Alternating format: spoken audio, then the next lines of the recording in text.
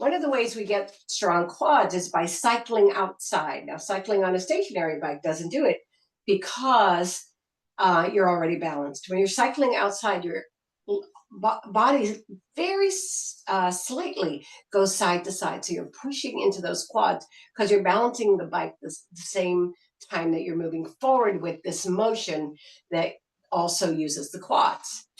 Your glutes are on a seat, so they're pretty much activated, but they're not recruited for the actual movement when you're on the outside bike until you're standing up.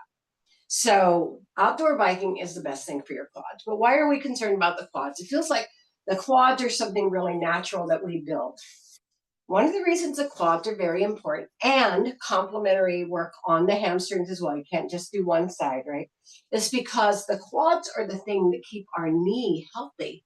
When we lose the toning in our quads, and I can tell you this from going from teaching cycling to not teaching cycling, and I started to find out that I had problematic knees. And the fact that I didn't know that was because I was cycling so much and I was lifting, my quads were strong and they were lifting all the pressure off the knees. So the fact that I didn't have cartilage and all that stuff didn't hit me as hard until I stopped doing those exercises over the course of time. So we work out our quads a lot in body sculpting. We do squats, which are glute exercises, but they recruit the quads. We do lunges. Now, the reverse lunge works the quad the best. So if you're going for, to strengthen them, that's where your quad gets the most power because you're pushing off with that quad. Forward lunge also does it, but when you actually step back, you're engaging that quad into the work. And then, of course, the plie, although everybody thinks it's an inner thigh exercise, if you look at the quad power there, you can tell that the quads are being worked. So that's some of the quad work we do. Also, things like the hamstring curl, you can feel, because it's complementary, right, or reciprocating exercise, you can feel the quads being engaged. Now, the reason I'm going through those fast is because those are the things that we do to get stronger. Those are long arc exercises. Long arc exercises are when you do some big move that creates this big, work in the muscle. So it gets a level of fiber, but doesn't get all the underneath the foundational stuff. So then we work toward small arc work. So small arc work is when we have the leg in a kind of slightly bent position and we're working just through a push. So if you stand and you lift your foot off the floor, flex it slightly, and then bend it slightly, you can already feel the quad at work. And then if you push it back or you push it forward, back works the best, you can feel muscle action going on here. Now, I'm not saying that you're not going to feel it in the hip or you're not going to feel it in the glute. You will, but I'm just trying to demonstrate that that's where the small arc happens. So when you're getting physical therapy for knees, and this can be a towel or it can be a ball or it can be anything that just always happened to have a roller nearby, a small arc exercise would be one where you would take your legs over something like a towel, a rolled up towel, or a ball, not too high. This is almost too high. And you just lift it slightly off, and you can feel that quad working and lower it down. Lift, hold, feel that. If you're trying it right now, you'll feel that quad and lower. We're going to do 10 of them on each side. So lift and lower. I'm trying to give it like a 5-6 second hold. So lift, but you breathe during it. Don't hold your breath. Good. And let's do 5 more on that first side. Lift. See how that quad is just really, there's a drive going there, and it's because you're not moving through it, it's sustaining, it's working. Those deeper fibers might even start to shake, right? So lift. Good. And lower. We got 3 more. Lift. Just don't change the shape of the leg. Just lift it off with the hip, and you'll feel this in the hip too. And 2 more. lift, and try to keep the other leg parallel while you're doing this. Good, and lower. Last one, lift. And lower. Let's go to the other side, same thing. Keeping that shape, you lift. And lower, and you look straight ahead. You keep your body in alignment. You don't have to look at the screen while you're doing this. Lift, feeling it drive from that hip to that quad. And lower, lift.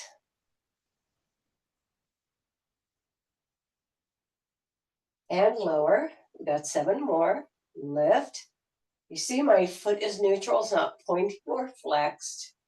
When we're doing that standing piece where I was demonstrating, we flexed it to harden that standing quad.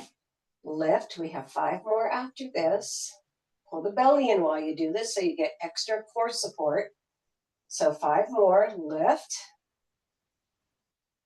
I'm starting to get a little shake in this one. 4 more, lift. And it's ironic, right, that smaller movements can make our legs shake more than lower. 3 more than large movements, but it's movement that makes the difference. All right. And lower, 2 more, lift. And lower, 1 more, lift. And lower. Another exercise that you do in this position over the towel, over your roller, is you flex. You flatten that quad out and then point. And flex. And point. And again, you need to hold these so that it goes deep into your fibers. Flex, kind of lifts it off, and point.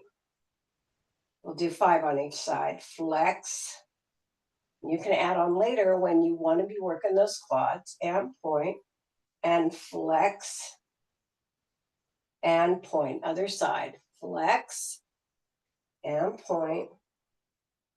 Flex.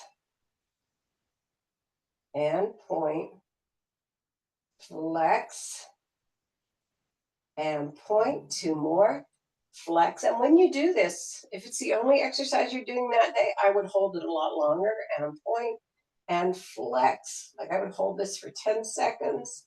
And point. So now you get the idea of what slow arc versus long arc is, or long arc versus short arc. And we're just going to keep experimenting with these. So another way that we do these is in reverse position.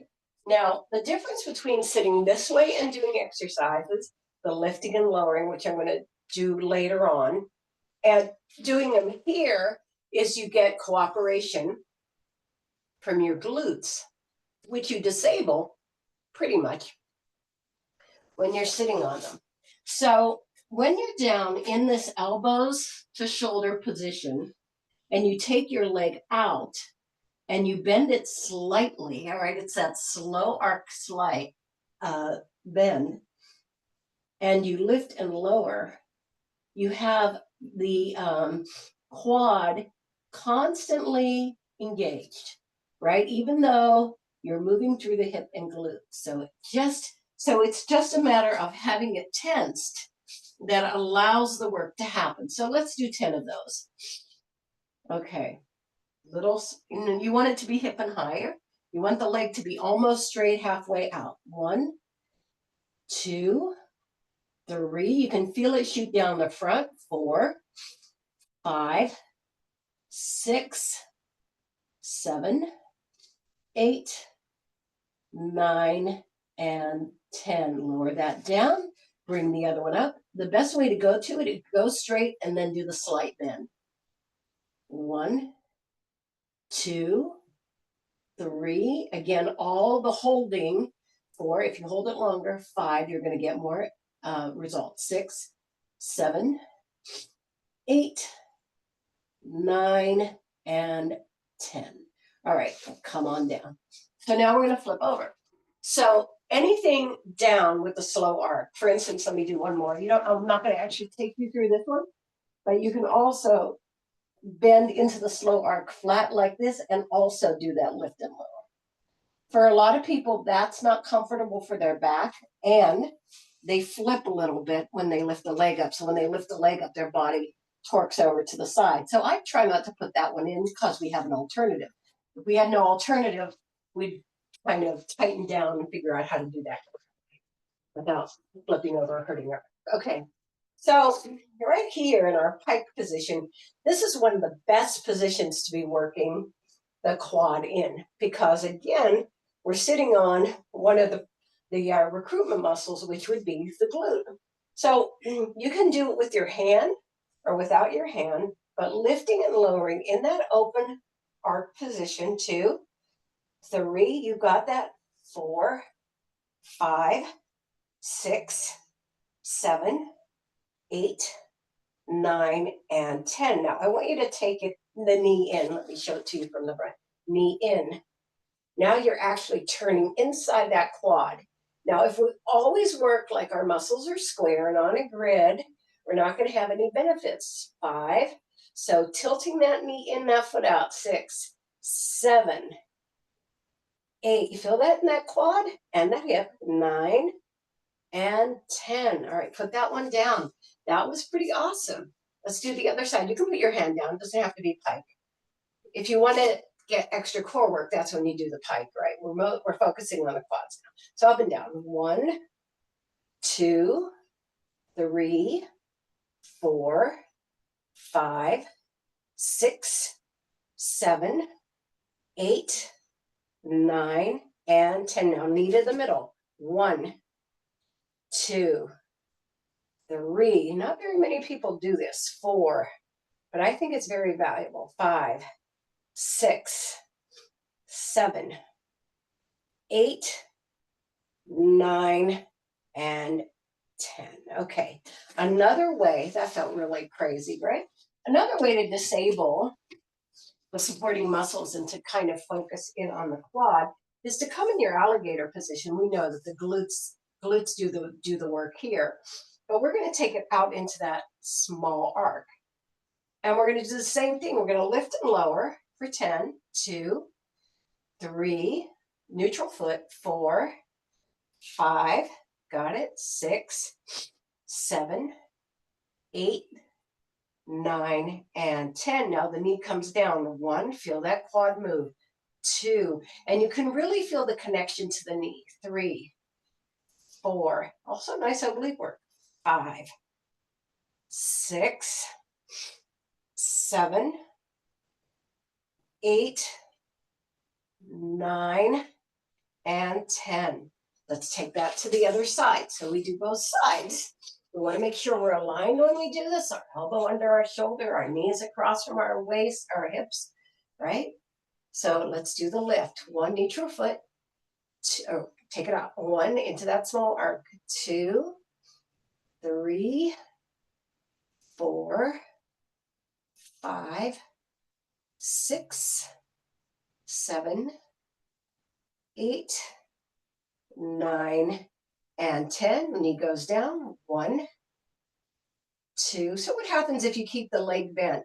3. Does it not do the quads? 4. You keep to going. I'm going to talk. 5. It gets a lot of hip action. 6, because you're turning through the joint. 7, 8. Right here, you've loaded the leg. 9 and 10. Nice job. Okay, so almost. Does it have to be all small activity? Can there be some large work? Yeah, there can be large work. I would say you want to mix up what you're doing with your quad, unless you are there doing therapy on your knees, because the knees really need a lot of attention as we get older, as all that stuff gets smaller, and our ligaments and our tendons, and we lose cartilage and we get arthritis. So that helps the quads lift off the knee, but you also want strong quads to get through your life, right? You want to get upstairs and downstairs and ride a bicycle and ski and play soccer and do all those things. So we're going to take the leg to the front. We're going to open it up a little bit and do a large lift. 1, 2, 3, 4, 5, 6. Don't let the leg tilt or you'll lose it. 7, 8. Now that's, as you can see, larger movements. You don't get as much tension here. 10. Now turn it down and lift it up. 1, 2. Now you get more. 3, 4, 5, 6, 7, 8, 9. Feeling that more in my glutes. 10. Now, of course, as I said before, reverse lunges, plies, all those things we always do that I don't want to have to do today because you already know them, or you can get to know them, are always part of your regime, right? 1, 2, 3, 4, 5, one leg in front of the other, 6, 7, 8, 9, and 10. Turn it down. 1.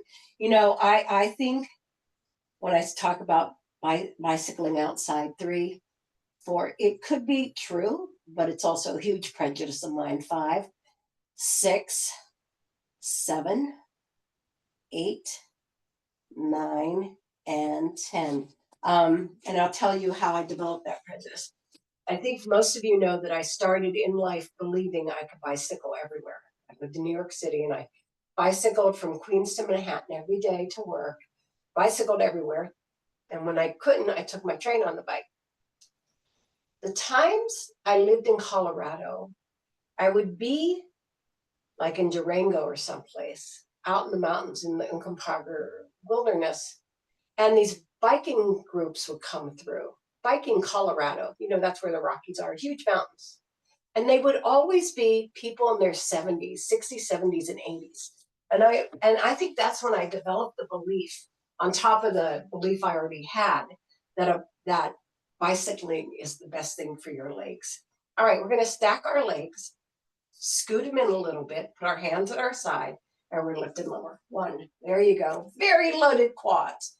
3, 4, 5, 6, 7, 8, 9, and 10. Let's switch. 1, 2. You can put your hands down. 3, 4, 5, 6, 7, 8, 9, and 10. Okay, let's just sit comfortably. The other thing that you can do, and this is, I don't have a chair in here today, but if I had a chair in here, I would show you. You can stay seated while I demonstrate this to you, is to mimic the leg press exercise at the gym. You can sit in your chair, put your band under your foot, take your leg to bend and extend. And this is a very effective exercise for the quads. You could do it standing like this, but then you also have to deal with balance, which I'm not having trouble with right now, which is great. Good. And this is really helpful. Now, I actually believe that this is a better way to do that exercise than in that machine at the gym, because that machine at the gym is putting weight on your knees. And it encourages you to go to 100 or to 0, which is straight out leg. And I don't think most legs can get to 0, the straight out leg. I mean, it's always great if we can, but I'm not sure if that most of us can. 1, side not so easy. 2, 3, 4, 5, 6. So you can do this in a chair or standing like this. 8, 9, and 10. The other option as well is to take your leg into a bend and just lift, lift, lift. That's quad lifting. 5, 6, 7, 8, 9, 10. Lower down. 1, 2, 3, 4, 5, 6, 7, 8, 9, and 10. And the other thing I believe that's super great for you if you want to work the quads, and I feel almost the same way about this as I do about bicycling, is stepping up and down. If you have a step or a stool, just to do repetitive stepping up and down is another way to build your quads. Now, if you want to do cardio, do it fast. But if you want to do conscious quad building, do it slow. Take that step down slowly, take it up slowly. Feel each fiber as it engages in that muscle, which is what you want to do with quads. So today, basically what we learned for strength, we do long arc exercises. For therapy, we do short arc exercises. We want to make sure that we're moving that quad off of our knee as our knee ages. We want to pursue outdoor activity like riding a bicycle. On a bike trail, you don't have to be out in the streets. I know everybody says, I'm so scared, but the Bay Area has a ton of bike trails. A lot of them, like in Alameda or Orinda, the old train track trail that is perfectly flat, doesn't have any traffic on it, maybe dogs or something like that, but it's mostly for cyclists. Going up and down steps at the Cleveland Cascade or in your own house or using a step to step up and down. But as you're sitting around reading, just feel like you can push out, push out, push out, push out, and think to yourself, I am taking some time off of my knees that they would fall apart and now they're going to last longer if I keep doing this. So no guarantees, of course, because all our bodies are different. But if you have that concern, which I do, and I try to engage those quads a lot, that's something that will help you out. So I hope this was helpful. Let's get our bodies going and get those quads strong. But